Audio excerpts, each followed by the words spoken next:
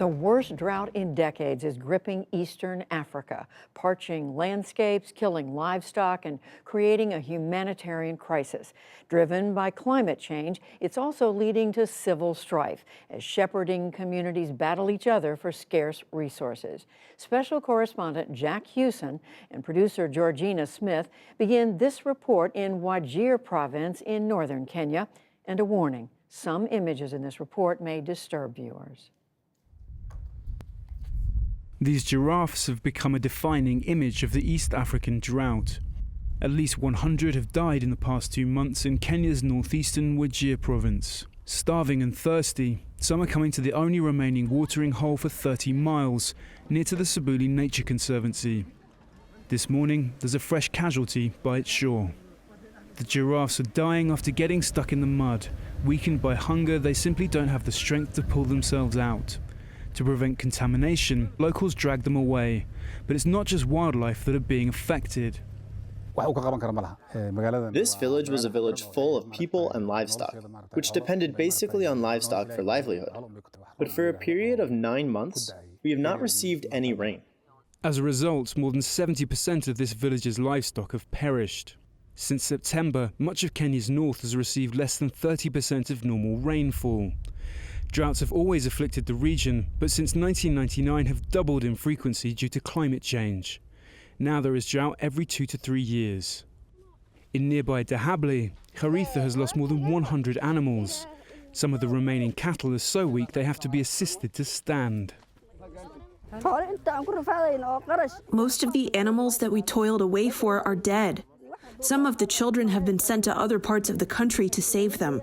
The younger ones, 5 or 6 years old, who are here, and the lactating mothers are unable to eat the food that we cook because it's gone bad. The livestock death is crippling for desert pastoralist communities. The animals are both a critical source of wealth and nutrition. Without them, they are left destitute and hungry. The UN says more than 26 million are struggling to find food across East Africa, while here in northern Kenya, almost 500,000 children are acutely malnourished. Isnina's 5-year-old daughter, Fratun, is among them. Initially, when there was milk from the cattle, she could support herself and walk around. But now, without any milk, she can't support herself. When she wants to sit, we have to help her sit up. When she tries to stand up, she just collapses. But the drought isn't just prompting a humanitarian crisis, it's also intensifying ethnic conflict. We travelled northeast to Turkana, a remote province bordering Uganda, South Sudan and Ethiopia, where pastoralist migration has no respect for national boundaries and increased cattle raiding is costing lives. Digging for water in this dried up riverbed, these Turkana women said they were constantly on the lookout for cattle raiders. 2 tribes from Uganda are attacking us here. We don't even sleep. They might be watching us here as we speak. Raiding has always been a part of pastoralist culture, but increasingly severe droughts are intensifying competition among rival nomadic groups. Researchers estimate that just 1 degree of global warming will increase the likelihood of conflict by a minimum of 17%. Animosity here is already running high. The enemies are taking our animals to eat and sell them. They go get rich while leaving us poor. Adding to the lethality of this conflict has been the growing prevalence of automatic weapons. When pastoralists started fighting with AK-47s in the 1970s, violence as a cause of death among their men jumped from 22 to 35%. For these men, it remains a leading cause of death. With the National Police Reservists here on the Uganda-Kenya border, where there have been multiple raids, cattle raids in Kenyan territory recently, many people have been killed in these clashes. In December, Ugandan pastoralists came with about 600 armed warriors and attacked Turkana people on this mountain. They made off with 140 cows, killed 1 person, and injured 4 more people who are still hospitalized. The cows they stole have not yet been recovered. Authorities report a steady stream of killed and injured pastoralists. Visiting a remote local hospital, we found 1 young man injured in clashes with a South Sudanese clan.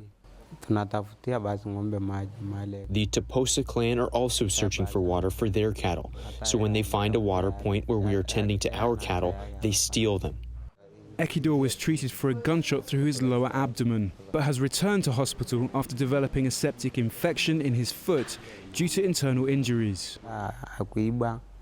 Every day they come stealing. They come with force and they come with bullets. Every day they fight with us. Incident numbers are difficult to verify. One study said that annual deaths from pastoralist conflict across this region spiked from 500 to more than 3,000 over the past decade, but much remains unreported. Timing with our visit to Turkana was its annual cultural festival, attended by clans from across the region. It's a show of pride and exuberance aimed at promoting tribal unity. In attendance was Kenyan Vice President William Ruto, canvassing votes ahead of next year's election. On the event's sidelines, we asked him about the climate crisis. Much of the problems caused by climate change here from emissions from countries from the global north. What would you like to see done by those countries to improve the situation here? Well, the effects of climate change are real.